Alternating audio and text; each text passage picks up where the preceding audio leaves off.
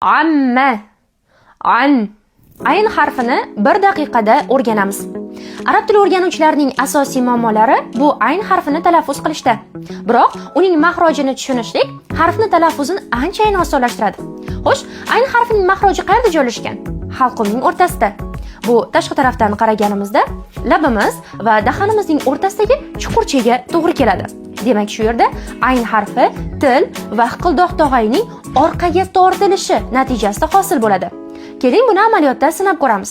Dastavval oddiy a harfini talaffuz qiling. A. Endi esa yutinish harakatini yoki biron bir suyuqlikni yutish harakatini amalga oshiring. Ushbu harakatni siz doimki yutinayotgan paytingizdagi tomog'ingizni holatini eslab qolguncha davom ettirasiz. Endi esa yutinish harakati bilan birgalikda qo'shib a harfini talaffuz qiling. Ay. Amma. An. YouTube platformasidagi aynan shu darsimiz orqali yuzlab insonlar ayn harfini 1 daqiqada o'rganishga muvaffaq bo'lishdi. Assalomu alaykum. Demak, bugungi darsimiz ayn harfining to'liq qismiga bag'ishlanadi. Demak, boshladik.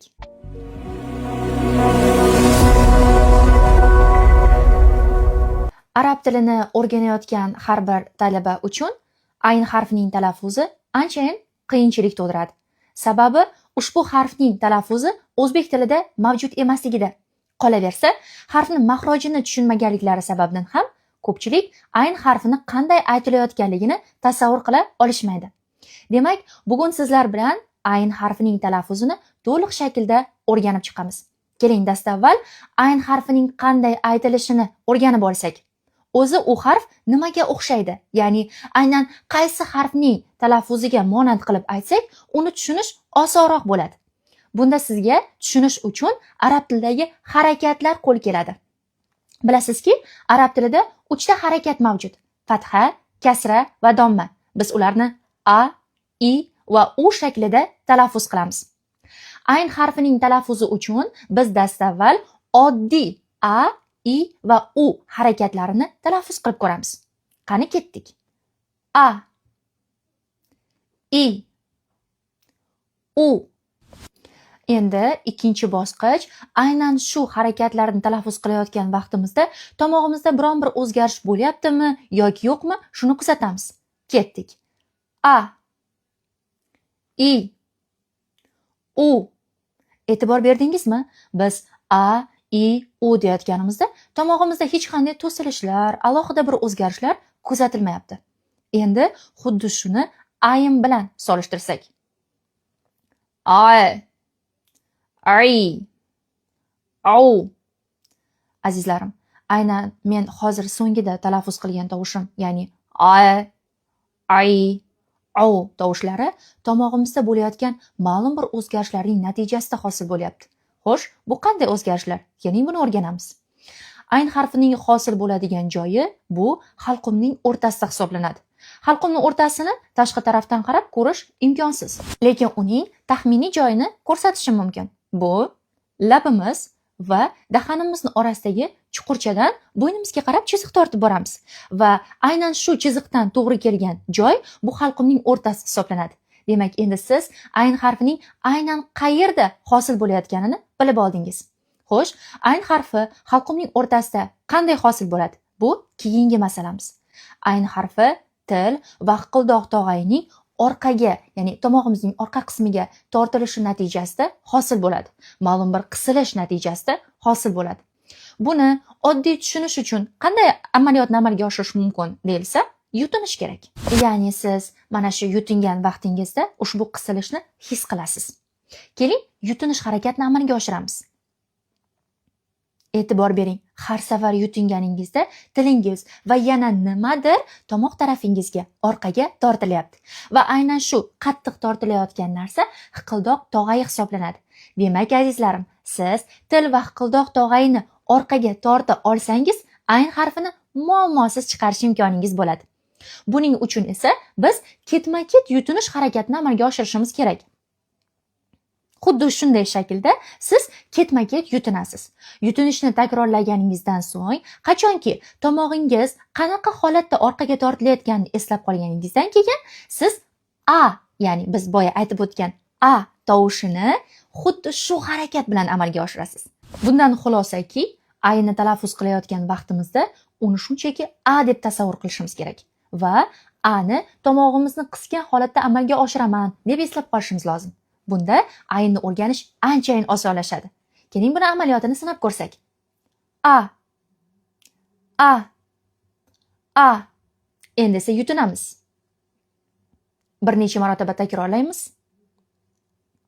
Tomog'im holatini eslab qolamiz. Endi shu yutinganimdagi holatda tomog'im qanday bo'lgan bo'lsa, xuddi shunday qilib faqat a shaklida talaffuz qilamiz. Qolgan harakatlarni ham a, ya'ni fathali holatini, a bilan kelgan holatini o'rganib bo'lgandan so'ng mashq qilib ko'rish mumkin.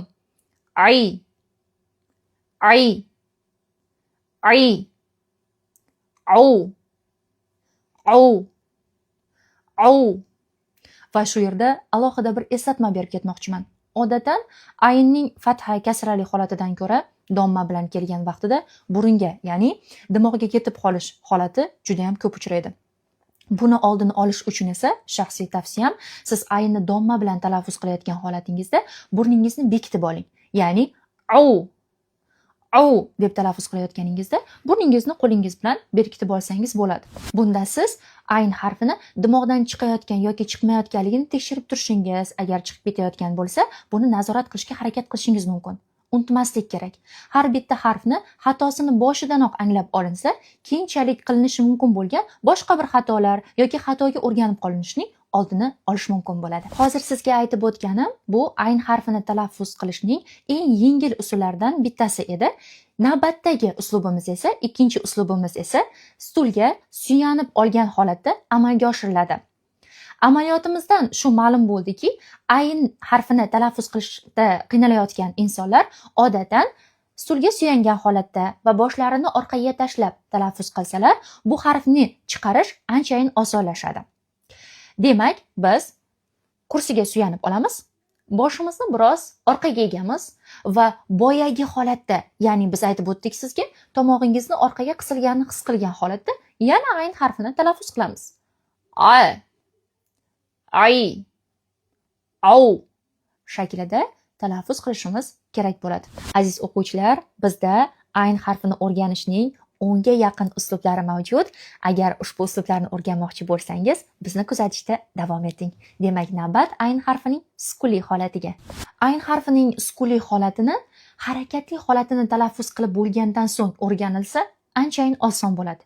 Buning uchun biz aynning harakatli holatini biroz cho'zib turib, so'ng uni yo'lini kesib qo'yish, ya'ni to'xtatib qo'yish uslubidan foydalanamiz.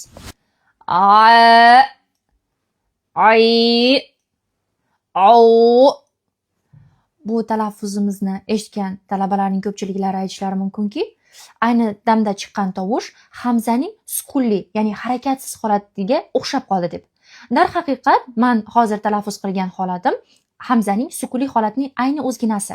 Ammo ayn harfining sukunli holati anchayin mushkul ekanligi sizga va bizga ma'lum. Va bunda aynning mana shu holatida talaffuz qilinishi anchayin harfning sukunli holatini osonlashtiradi. Keling yana bir marotaba mashq qilib ko'ramiz.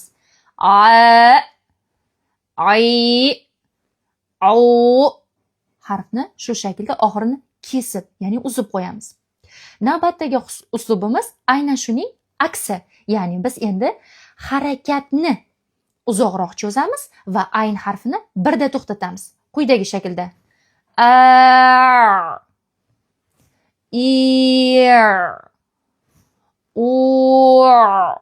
Ya'ni e'tibor bering, biz boya aynni uzoqroq cho'zib yo'lini to'sib qo'yayotgandik.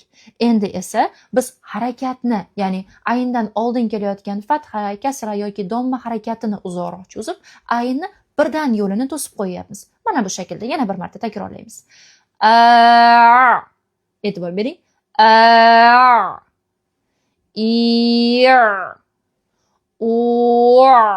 Mana shu shaklda e'tibor bering. Biz harakatni ko'proq cho'zdik va aynni yo'lini birdan to'sdik.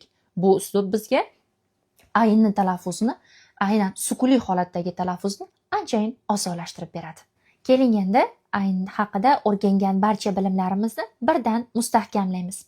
Demak, men qaytaraman, siz ham ortimdan qaytaring. Va yana bir kalit, aynni talaffuz qilayotgan vaqtingizda imkon qadar og'zingizni kattaroq ochib, harfni ko'proq tashqariga chiqishiga imkon bersangiz ma'qul. Ay. Birdaniga urib chiqaring. Ya'ni sirg'altirib emas, shaklida emas, birdan urib chiqaramiz. Ay. Ay. Au. Ear. Or. Aziz talabalar, sizga darsimiz manfaatli bo'ldimi? Shu va shunga oid darslarimizni bizning YouTube platformasidagi kanalimizda tomosha qilishingiz mumkin. Bizni kuzatishda davom eting, like va kommentariyalar bilan qo'llab-quvvatlashni unutmang. Keyingi darsda ko'rishguncha